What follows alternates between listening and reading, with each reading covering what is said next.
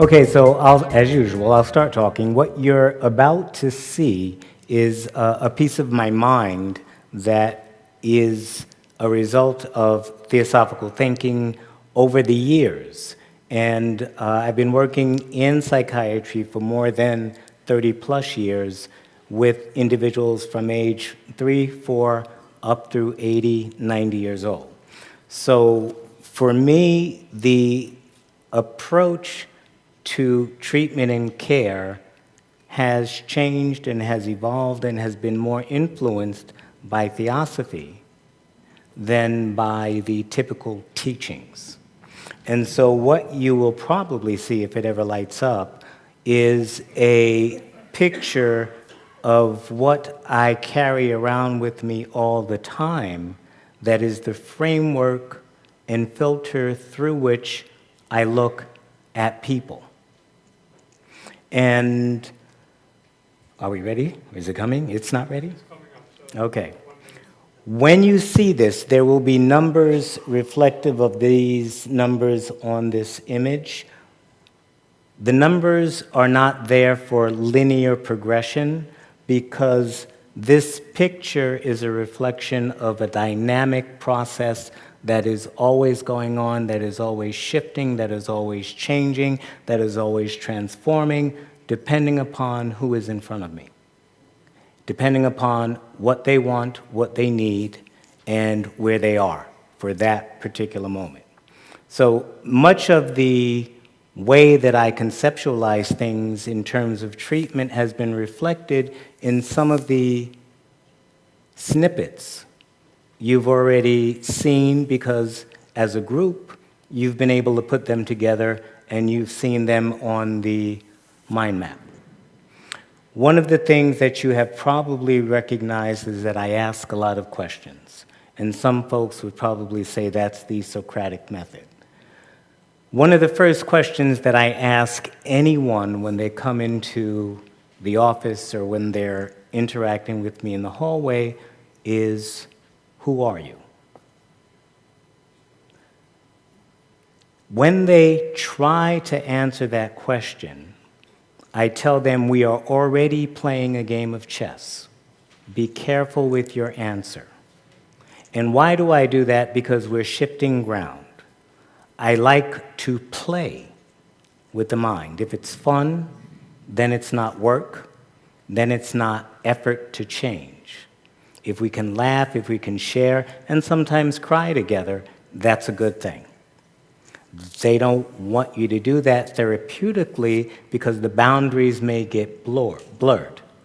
But if you're working from a theosophical process, you know your boundaries, and so you're not so much worried about that. So when they finally find out, they can't answer the question who they are, because whatever they tell me, I'm demonstrating to them that's not what I want to know. And the answer that they gave me is insufficient. My next question then is, what is coming to therapy? And they want to tell me who is coming to therapy.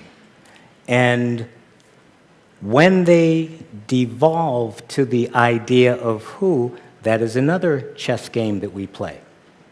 Because right away we're working with the idea of identity. And it's the identity that's attached to the issues. So if we can modify the sense of identity even without them knowing, the attachment to the issues are gradually becoming modified as well. And if, for instance, we have a situation where we're talking about depression and suicide, my question is, if you cannot tell me who you are, if you cannot share with me what you are, how can you share with me the idea that you want to kill what you don't know? What you can't find, because then my questions are also, where are you? And where is your mind? Is there a difference? And they're getting frustrated and they're getting mad, but because we can play and we can share, we can diffuse the anger. And then I can ask them to share with me or ask me questions. I tell them they can ask me anything in the world. Anything they want to know about me is okay, because then I'm sharing. And as we're sharing, we're eventually entering into TC, a relationship. And that relationship I think of as a chemical bond. It's like a molecule. We're sharing now energy in between us. And that sharing, without blurring boundaries, becomes important, because in the sharing, there is an empathy, there is a resonance, and there is a taking on of what they are and what music they play.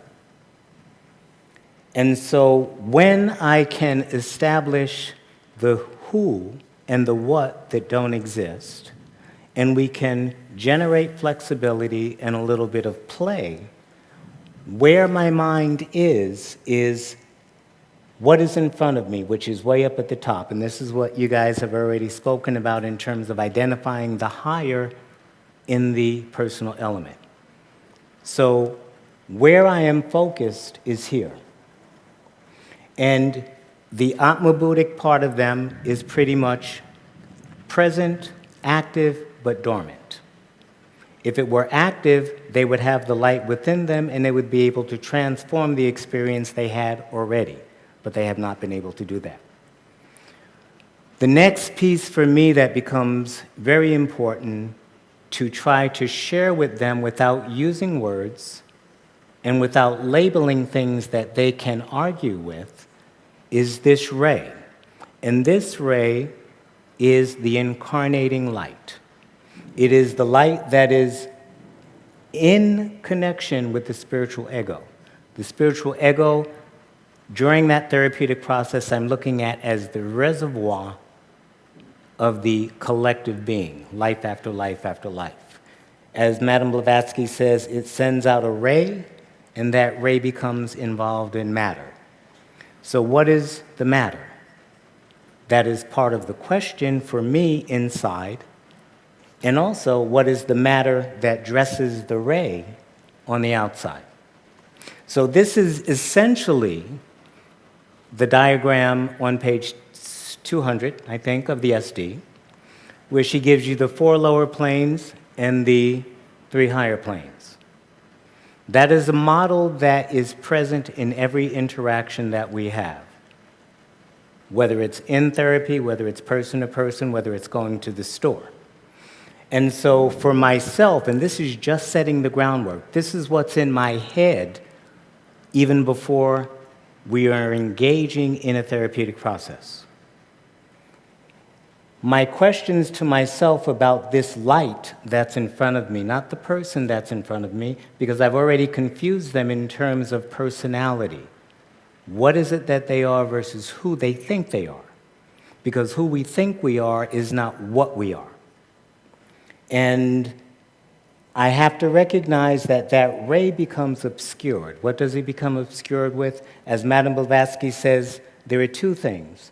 These samskaras, which are the imprints in the reincarnating egoic spiritual being, holds collectively the results of every life that we have lived, and the portion of that pool that this ray takes on at the time of incarnation for an individual life.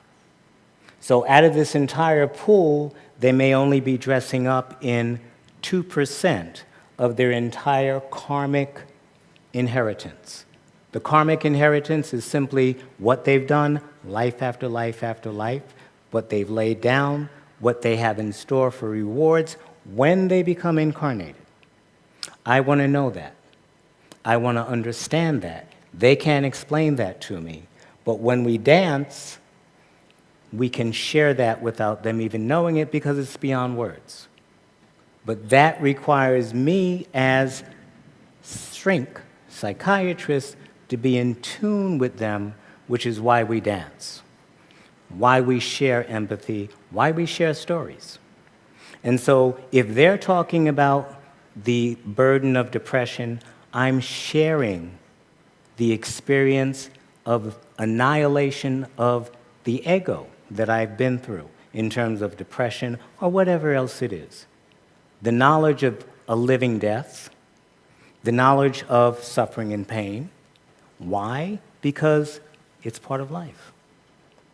It's normal. It's okay. It's what we learn from. It's the meal that we have just eaten. And this is what I use to describe to them what life is. Life is breakfast, lunch, and dinner. You eat your breakfast. Do you get digestion, indigestion? Do you hate the food that you're eating? It doesn't matter because hopefully, if it's not a candy bar, there's nutrition there. Same thing with the lunch, same thing with the dinner. The lunch may be a traumatic experience. You want to throw it up. You develop anorexia, and you're throwing up, but if you're not getting rid of the indigestion that you have embraced and embodied, you can never be free of the trauma. And so I explained to them, life, in metaphoric fashion, is a dinner. You eat it. You may not like it. Don't resist it. There is health there. There is nutrition there. There are positive things that are going to help you grow. And so I share with them, if I do what I am supposed to do correctly, you will thank me for having gone through the trauma. Because now you understand the trauma is not the trauma. Why? Because we have already begun to redefine life experience. As it was mentioned in some of the snippets, we do not experience reality. We live mainly in our head. We generate concepts. We think things are happening. We create the future before we've experienced the present. We are not living here and now. So when we are talking to each other, our minds are somewhere else, influencing what we say so that we cannot embrace what's happening here and now. I need to help them redirect their attention to the here and now. And if we are purposefully and fully here and now, we are not remembering the past. We are not anticipating with fear the future. And so if I can help them be here and extend the sense of awareness of now and help them understand that if they meet each moment as it unfolds to them, they can deal with it. If we are constantly worried about what's coming, we can't deal with what's here. We get indigestion from everything that we've been through, and we go round and round and round. And so in thinking of some skandhas and recognizing that they dictate skandhas, and that the skandhas then dictate the astral form or the morphological field, whatever expression you want to use, and the tonic elements themselves hold the energy, the force, and the power that drives those skandhas, and those skandhas then, thank you, they modify the DNA of your being. It's not your parents that are giving you a set of DNA. It's the egoic light that has clothed itself and descended to the point of the DNA, and its magnetic field organizes the DNA within the womb to express the form that is necessary.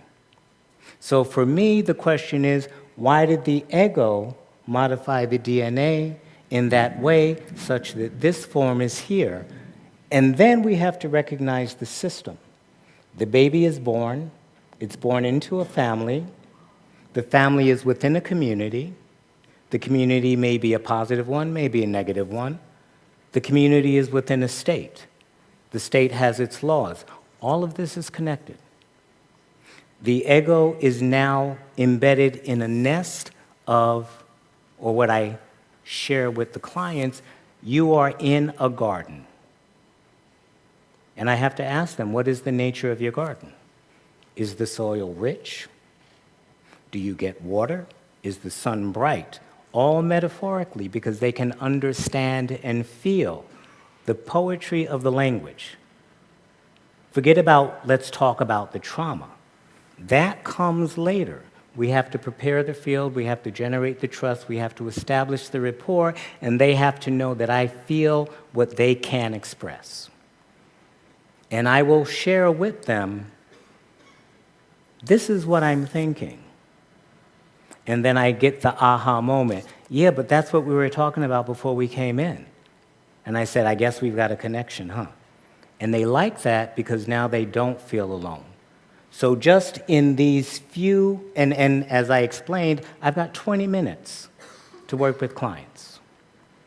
The first time I meet them, I've got an hour and 20 minutes to gather all of their life history, to establish rapport, to tell jokes, and to connect. And to convince them that there's a possibility that they can change. And that's okay, because Theosophy, year after year after year, does that. And that's why I'm saying this is not by number. Once we get to the point that we're here, we now talk about, well, what's happened to you since you've been born? And we look at the experiences that they share, we look at the parents that they've had. Were the parents domestically involved in violence? Were they subjected to unfortunate sexual abuse that they don't want to talk about? And I tell them, it's okay, we don't have to talk about it. If you acknowledge with a head shake, I can fill in the details. But it's okay. Always reassuring. Even when we walk in dark places, we walk together. And the darkness, the more we stay in it, becomes light. So again, all of these metaphors are being laid down and the seeds are being planted for the mindset that we have to work with in order to change. So if we're looking at the model that we were given to work with, we have now looked at the ego coming into incarnation, being born, having a series of experiences, and now walking into the office for help. We've gone from the universal to the individual, in particular because as they're doing this and sharing, I'm doing this. When I'm feeling, I'm asking, and they have to confirm that what I'm feeling is what they have experienced. So we're establishing a dialogue, and that dialogue is becoming intimate. There's a danger there, but the danger is okay if you're okay. Because then again, in this dance, we are sharing energy. We are sharing consciousness. We are sharing awareness. And it's nothing that, as a doctor, I'm intending to do. I just want to be present. And I want them to feel the fact that I am present. I want them to understand that I am not afraid of anything that they are going to share with me. I want them to know that I'm okay walking through hell with them. It's okay. I've got my own hell. I understand it. I accept it. And I'm going to help you accept yours. Because when you accept it, you can transform it. So at the same time that we're doing this, we're realizing that there's a person with a cognitive set of thoughts, ideas, biases, beliefs that obscure the light. We have now had experiences that impact how we feel, our emotions, our desires, which ones are up, which ones are down, what makes us hate, what makes us love, what makes us not trust. And so we are touching emotionally. I am looking at how the cognition and the emotion are constantly feeding the astral. As HPB tells us, when we are born, the astral is the model for the body, but as we experience life, the body begins to modify the astral. I want to be aware of those changes and those modifications that are occurring emotionally, cognitively, existentially. The existential part is my life has no meaning. And so part of the way of addressing that, especially when the kids come in that want to commit suicide that are 10 years old, because I get some children in, they're geniuses, 9 years old, 8 years old. They already know what depression is. They know what hell is. They don't want to do therapy because they are too smart They're smarter than the therapist. And when I'm talking to them, they will tell me, therapist is dumb. They can't do anything for me. They talk to me about how I feel. What do they know about how I feel? And so now we can play. Because what I do is, without labeling, I ask them theosophical questions. They can't answer those. Once in a while, I will get a 10-year-old that will tell me, my brain made me do it, but my soul is in charge, and I didn't even ask. And then I tell them, we can have a real conversation. And their parents are standing there, and I say, it's an old soul, don't worry about it, we'll figure it out. Because they're lost. And yet we're playing the game. And then I will test them because they are very, very smart. But I have to test them in order to show that they don't know the answers, because that further disarms them. And if it further disarms them, they have to say, well, you asked me these questions, do you have the answer? I said, yes, I have the answers, but I want to help you figure them out. And so now again, we are tighter. We can play. It is now a game to come into the doctor's office as opposed to a hated act. From that point, we can now begin to move upward. Now, as we're beginning to move upward, there are 3 or 4 grids that I use that are also constantly in my mind. You all are familiar with the 49 fires, 7 principles, the Atmic of the Atmic, the Atmic of the Buddhic, blah, blah, blah, blah, blah, the Buddhic of the monastic, the Buddhic of the common monastic, blah, blah, blah, blah, blah. So we've got 49 squares where a person can be.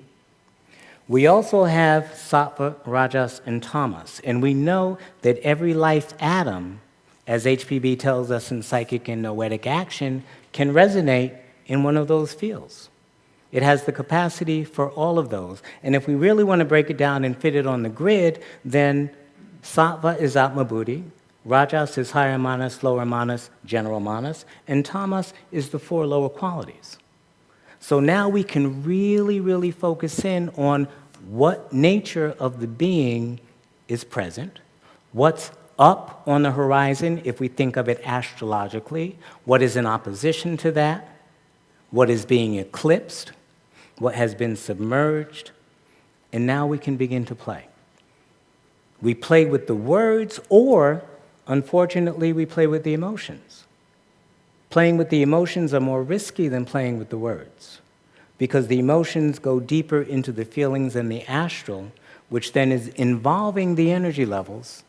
And so if you're thinking about energy healing or chakra healing or the psychic aspect of the being, those are different tools and formats whereby you structure your interactions with the being depending on where they are. When I understand Sattva, Rajak, Tamas, when I understand where they are, if they're stuck in Tamas, deep dark depression, so they're in the lowest field of the principles, in the darkest space, physical, they're in hell. How do I move them from physical to Atmic? And metaphorically, that movement may simply be in terms of this, I have a problem, we're dealing with the problem, we've solved the problem. My mind is, we've become obstructed, the ray, the real being that is incarnating, has become obstructed by its karma. It is wearing, as it says in the Pistis Sophia, the karmic cloak of destiny. If these skandhas and energies are very strong and very tight, there is no light that comes through. If there is no light that comes through, they live in darkness. If they're living in darkness and the Rajasic element is spinning around, my other grid is the grid of Yakaburma. Yakaburma talks about the 7 properties of nature. And HPB validates those 7 properties as aspects of the 7 principles. He talks about the first one, which is analogous to gravity and pulls things in, makes it hard, cold, and obstructive. very, very physical. He talks about the second one that he labels bitterness, which is a pulsation, an attraction, and a repulsion. And the way I visualize that is the bar of a magnet, positive, negative, the positives push, the negatives push, the positive and negative attract. The pulsation, which is also the breath of life, because it cannot escape, begins to turn in a circle. If the gravity is strong, the circle becomes so intense that the back and forth movements create friction, heat, and fire. The fire is the karmic principle of our nature that either destroys us because it's burning so fiercely. And so when you've got someone on that grid in the darkness of the darkness, with the Rajasic principle creating the fire, that is suicide. They can't handle that. They're not going to live. And there are clients that walk in the office that will tell you, I'm going to kill myself. And so before they tell me that, I ask them, I've got a gun. Here it is. It's loaded. 5 bullets are in it. Would you take this gun, put it to your head, and kill yourself right now if I gave it to you? And they look at me like I'm crazy. And I say, work with me, because I'm not waiting for them to tell me about suicide. I am pushing the envelope. But I'm comfortable pushing the envelope, because now they have to really think, are they willing to kill themselves?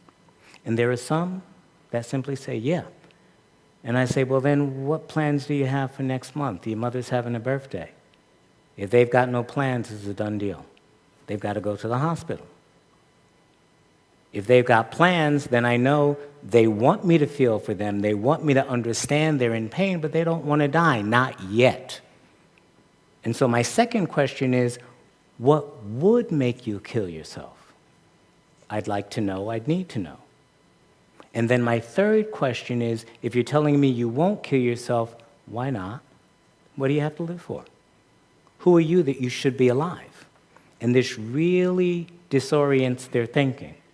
But when it disorients their thinking, it opens up that darkness.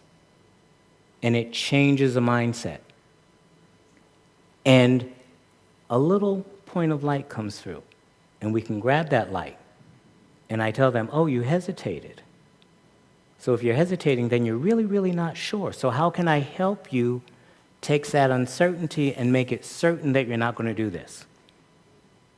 Let's play. Not work. Let's play. I've got you. I'm with you. Please understand that. And then, as we begin to go back up, I can hopefully begin to transform that Rajasic burning fire into sattvic light, a gentle, mild, burning sun. And in Yaka Burma's term, that is the sound that becomes harmonious, which gives rise to a light that is peaceful. We talk about the Buddhic light. And so now we can have moments of that, up and down, up and down. While we're having moments of that, we're already changing thoughts. We're changing reflection. We're changing feelings. We're confronting emotions. Yet feelings are really, really, really deep. And sometimes there are no words for what people feel, so then we use other entries.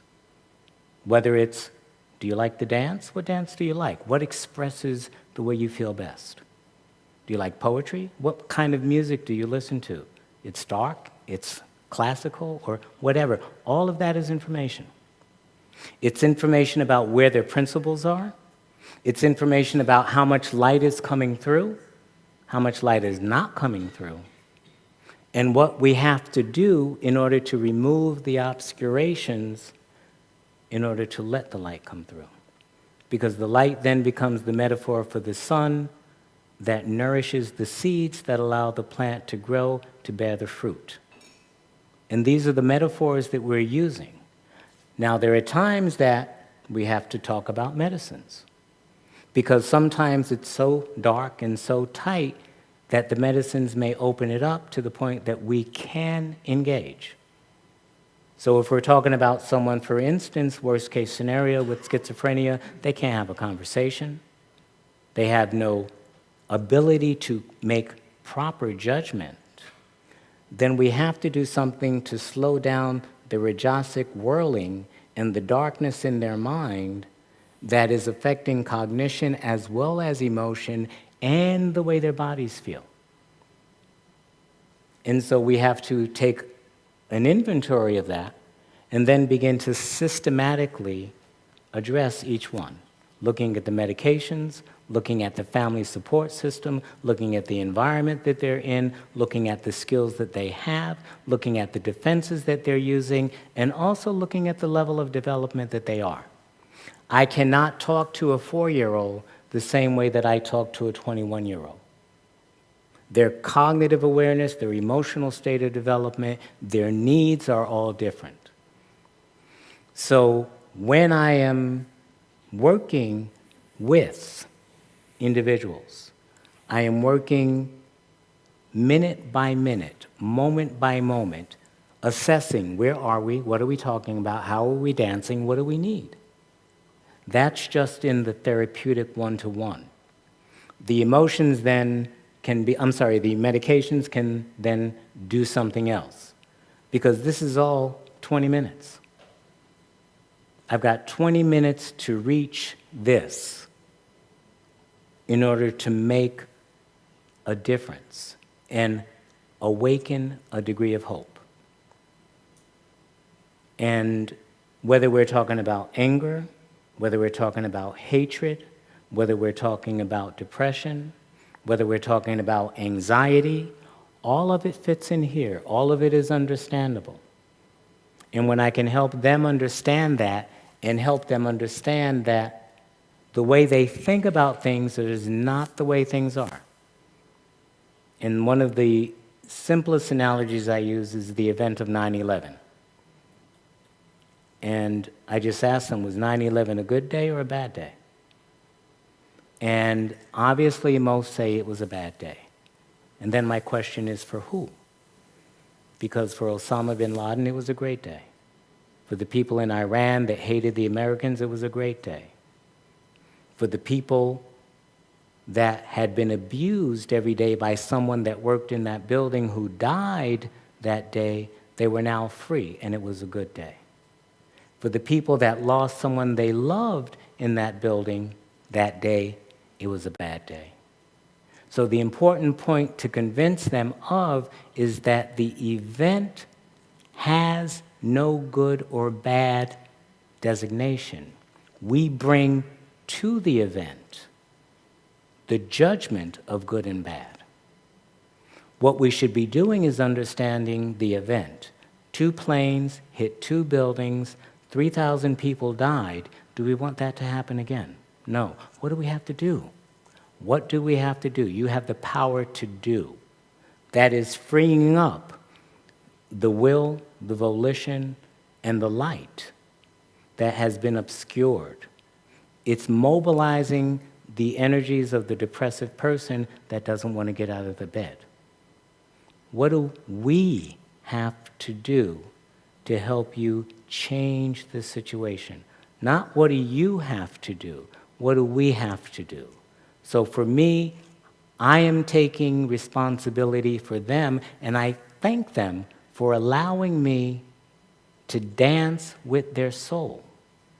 And they really don't always understand that, because they're trusting me with something very sacred. And I need them to understand that, because although they look at me like I'm crazy, in time it becomes a topic of discussion. That I could value something in them so much.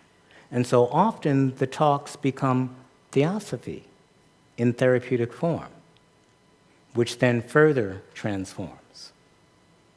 And the little things, for instance, that I wear, they always ask, has a theosophical symbolic interpretation, a spiritual interpretation that I share with them, which then opens up another window in them that this crazy person behind the desk that I like talking to sees things from a different point of view. And then they can begin to believe that there is another window on reality.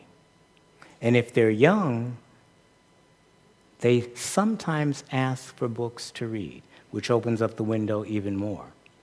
While their parents are there, when the kids walk out the office, they say, "Where did you get this?" I say, "Well, you can pick up this, that." Because now we're then changing the family, because I usually don't want kids in my office without their parents. I want the parents to know everything I'm doing, how confused they get, how pissed off they get, so that they can understand what that process is. And they can also understand what responsibility they have, because I also hold them responsible for the way that they have been training their child.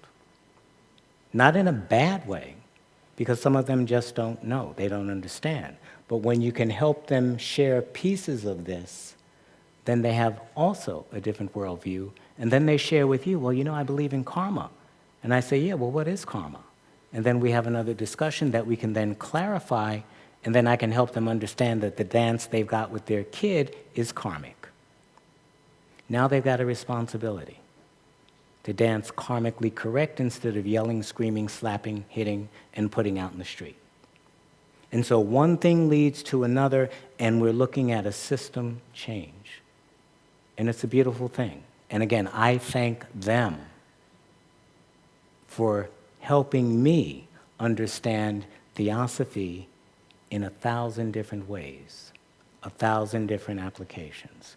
So that's just a snippet of what I do on a day-to-day basis with 30 people during the daytime. Maybe 2 minutes if there are any questions. Yeah, I'm kind of surprised to hear that you have the parents in on most or all of these colloquies with the young people. I don't believe in the laws. I tell the parents I don't believe in HIPAA. HIPAA is a law that says children over 14 have the right to be in therapy, and their parents have no right to know anything that they're talking about.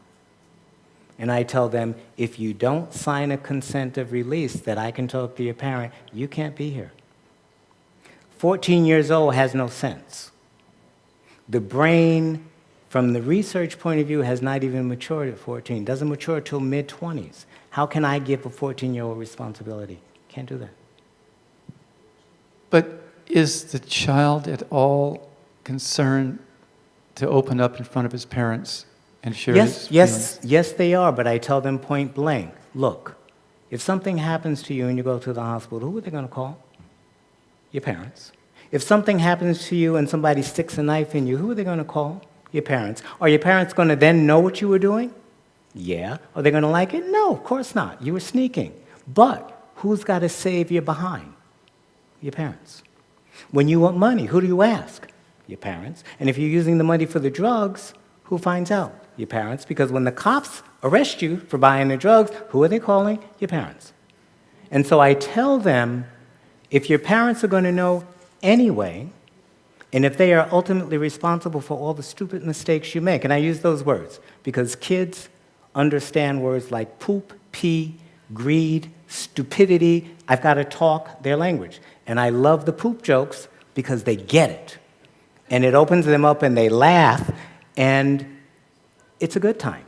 But they finally realize it's not that I want the parents to be in their business, but the parents are responsible for them.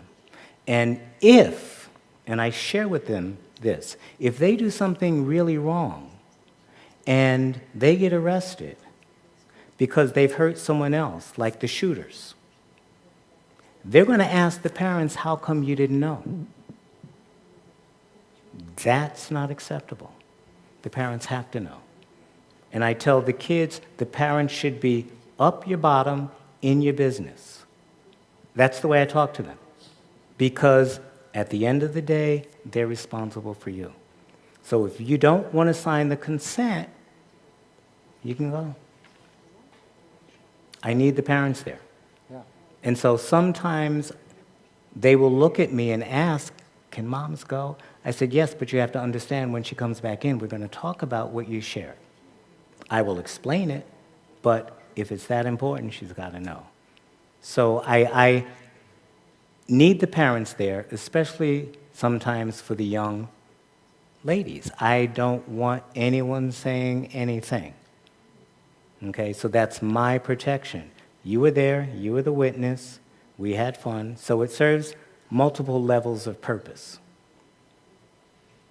And that's the way, for me, it should be.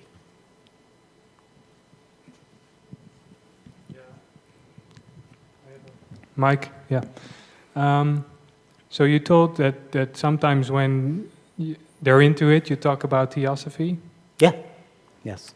So I don't use always the terms unless they ask. Mm-hmm. But we talk the ideas. And they're amazed. And that's good. And were some of them even going further in that?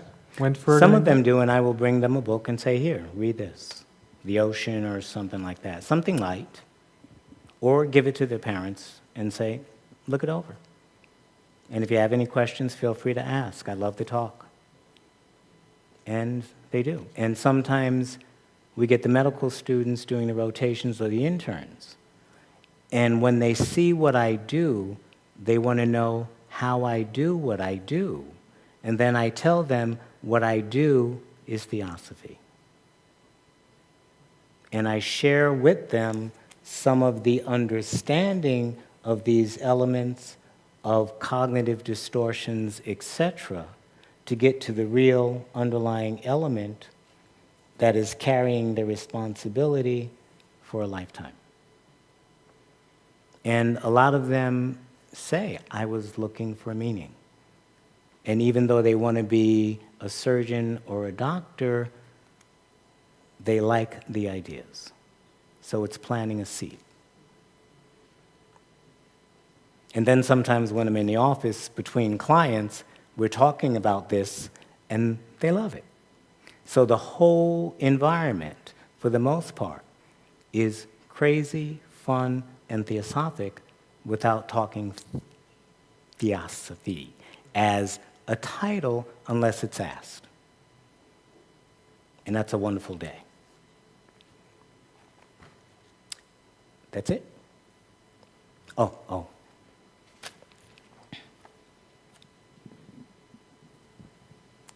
Well, a question about point 7, the second last. Mm-hmm. Yes. You have different types. Yes. And could you explain these different Okay. types?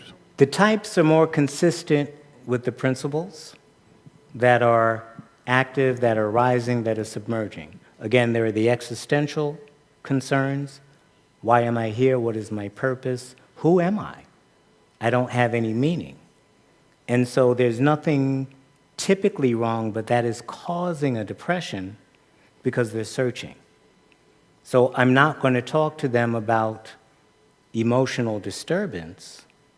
I'm going to talk to them about what is your idea of meaning? What is your idea of purpose? How do you define those things so that we can better clarify what it is you're really looking for? If they are caught up in a lot of negative ideation and they're feeling depressed, as an example, number one, I have to show them that you can think negative 24/7, but you don't have to be depressed.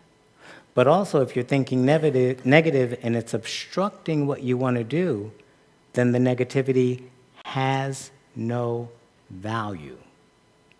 You have to live a life of value. If what you do has no value, it's like spending $1 million for a piece of bubble gum. Would you do that? Obviously, they tell me no. So then I tell them, you cannot afford negative thoughts that have no value. How can we work with that? Because now they've got the idea, they can see the negativity, and it's a matter of how do we change that? How do we change the tamasic element of the negativity into a positive sattvic element of clear awareness that negative things happen, but I don't have to identify with them. I can be aware of them, and in the awareness of them, I can modify the environment such that they don't have the impact on me that they would, or I can modify my internal environment so that when I meet them, I can modify them. And I explain to people, and I tell them this is going to sound crazy, but stay with me. There is no reality. You determine what is valuable. You determine what is good or bad. You determine what is meaningful for you. Human beings mean food to the tiger. Human beings mean a murder object to the person that is a serial killer. To a priest, human beings mean something else. To a theosophist, human beings mean something else. So, understanding the meaning, understanding the purpose, looking at the cognitions of the negative thoughts so that we can modify them, again, bring out their sattvic value, and once the sattvic value is there, it's easy to transition to the next level of thinking, which is about clear thinking. And one of the examples that I always share with them comes from Patanjali Yoga aphorisms in regards to meditation. And it's simply the conjunction of the idea with the word, with the object. These are three different things. The sound means something different, the object is something different, and the image and ideation about object and sound is something different. When we are meditating distinctly, we understand the nature of the sound. And that's why when we talk with each other, we feel where each other is coming from, at least in the office. When we understand the imaging power, we can then understand how the vibration creates an image that they then believe is a reality that is not a reality. And so when we can separate the event or the object, two planes hitting the building, from the cognition and the emotion and the ideation, we can then work with it objectively more appropriate. We can mourn for those that were hurt. We can say, I'm experiencing anger towards those that have done this. But since I understand that this is the victim because of this, I don't want to kill them. I want to help them. I want to help them become less obscured. And yeah, it's going to take time, but it's an easy process. Emotionally, it's the same thing. Physiologically, when we have pain, it impacts our mind, and so we get depressed. That's where then we're working. We're working from a physical perspective. So those types are simply the doorways of approach for where they are and what they need at a particular time. And sometimes it's a combination of all of them. As a soul looking in, you must be clear about what you're seeing, about what you're working with. As the alchemists say, in the beginning is the chaos. We must settle the chaos and separate out the elements. When we can do that, we can see clearly where they are, emotional, existential, instinctual, biochemical, neurotransmitter in the brain or whatever, and we know where we have to go, we know what work we have to do. And we have to be open, which is why I say this is not static, because once we triggered something, it triggers something else. And we have to be flexible to see that, to float with it, to change, to make a joke out of it, to challenge it, and to allow the light to shine a little bit brighter on this upward stage. So this upward stage is the evolutionary journey. It's the way we wake up in the morning. It's how we seed our night. It's what we're doing when we're growing and developing. It's a lot of things. And so for me, I'm looking at how can I help the light return to its source. And in that process, although we talk about personality, it's how do we gently disconnect the focus of energy identifying itself as person in a more general way, just the same way that a mother loves all of her children and will do anything at any time for all of her children before she does it for herself. Because when we can get there, they are no longer preoccupied with self. And then, as you guys said, in some of the interventions, you can redirect them towards service, you can redirect them towards helping others, and they're not focused on themselves. It's not about them. It's not about self-care. It's about other care. So again, that process is very flexible, always ongoing, and a lot of work, but a wonderful thing. I'm sorry. Okay, I'll be right back. Okay. Yes, Dave. Gene, I wonder if you could give us a little insight in to what barometer, so to speak, you use when you feel you need to turn to medicines, Okay. with your patients. Yeah. I look into the toolbox all the time. My toolbox is meds, meditation, simple relaxation, stress reduction. It's ECT sometimes. It's magnetic stimulation. It's change of environment. So, depending upon how deeply embedded they are in the biochemical, physiological body, belief system, cognitions, because even though each of these are their own plane, the physical, the astral, the pranic emotional, the kama manasic, going up into the incarnating ray, they can all be condensed into one plane acting in one manner. So all of these, even though they exist as entities, can be activating different aspects of this.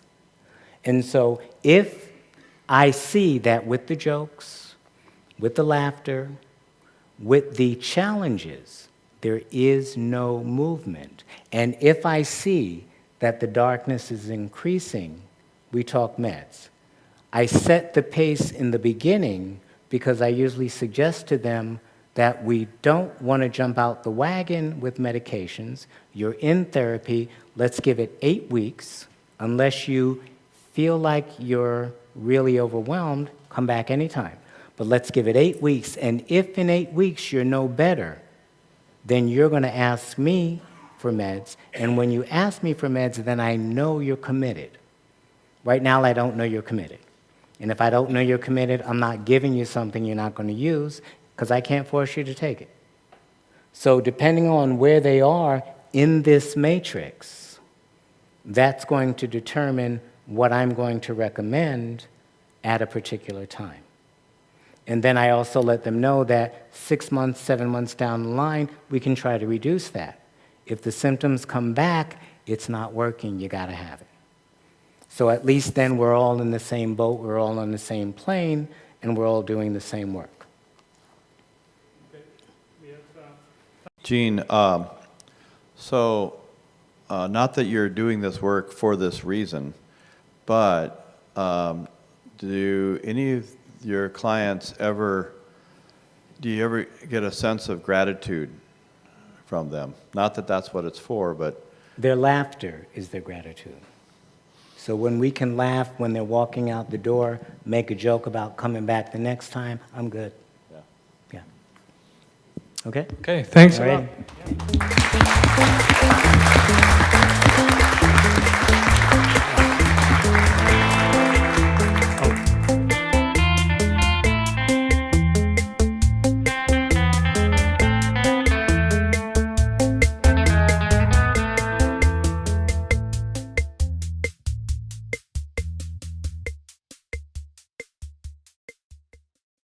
Porque na vida a gente quer se conhecer cá entre nós.